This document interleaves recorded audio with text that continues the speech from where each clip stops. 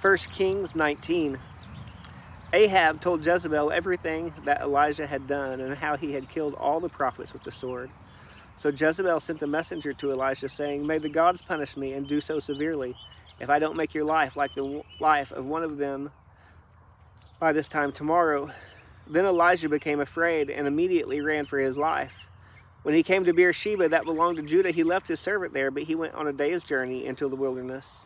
He sat down under a broom tree and prayed that he might die. He said, "I have had enough, Lord. Take my life, for I'm no better than my father's." Then he lay down and slept under the broom tree. Suddenly an angel touched him. The angel told him, "Get up and eat."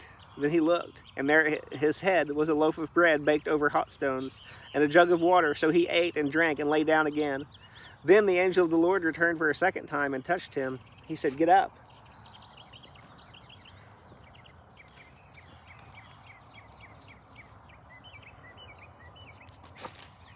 and eat, or the journey will be too much for you."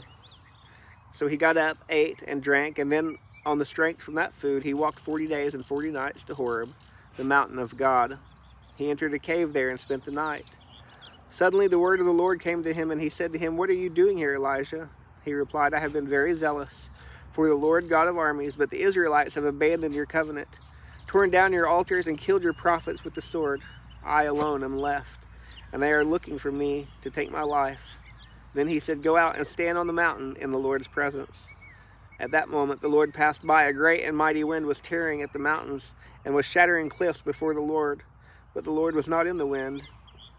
After the wind there was an earthquake, but the Lord was not in the earthquake. After the earthquake there was a fire, but the Lord was not in the fire. And after the fire there was a voice, a soft whisper. When Elijah heard it, he wrapped his face in his mantle and went out and stood at the entrance of the cave. Suddenly a voice came to him and said, "What are you doing here, Elijah?"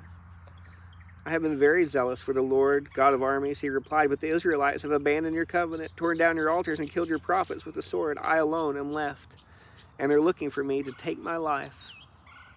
Then the Lord said to him, "Go and return by the way you came to the wilderness of Damascus. When you arrive, you are to anoint Hazael as king over Aram. You are to anoint Jehu, son of Nimshi, as king over Israel, and Elisha, son of Shaphat from Abel Meholah, as prophet in your place. Then Jehu will put to death whoever escapes the sword of Hazael, and Elisha will put to death whoever escapes the sword of Jehu. But I will leave 7,000 in Israel, every knee that has not bowed to Baal, and every mouth that has not kissed him."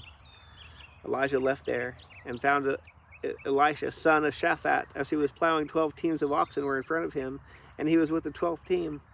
Elijah walked by him and threw his mantle over him. Elisha left the oxen, ran to follow Elijah, and said, "Please let me kiss my father and mother, then I will follow you." "Go on back," he replied, "for what have I done to you?" So he turned back from following him, took the team of oxen and slaughtered them with the oxen's wooden yoke and plow. He cooked the meat and gave it to the people, and they ate. Then he left, followed Elijah, and served him.